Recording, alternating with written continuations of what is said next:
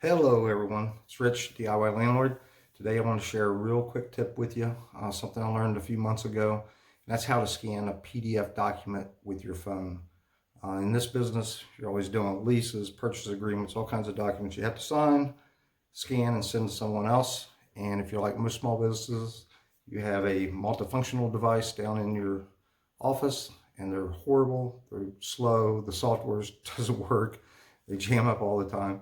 So I think once I show you how to do this using your phone and how quick it is, I don't think you'll ever use that device again. So let's just jump in. I'll show you how to do it. All right, for this, I'm using an Android phone. You can do the same thing on an iOS or iPhone. The one thing you'll need to set up a Google account and download the Google Drive application. All this is free. Google Drive is a great tool to have for your business. It's basically cloud storage to store your files. So it's a very handy tool to have anyhow.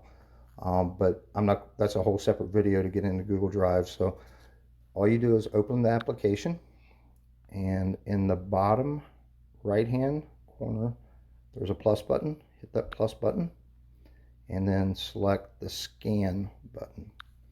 Now for this, I'm going to do a 2-page document. It's a rental application.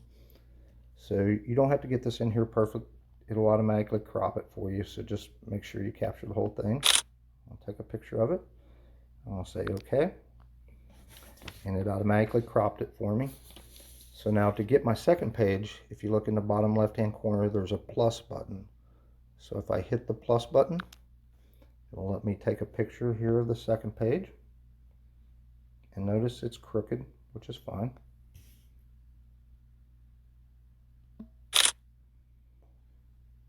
Say OK.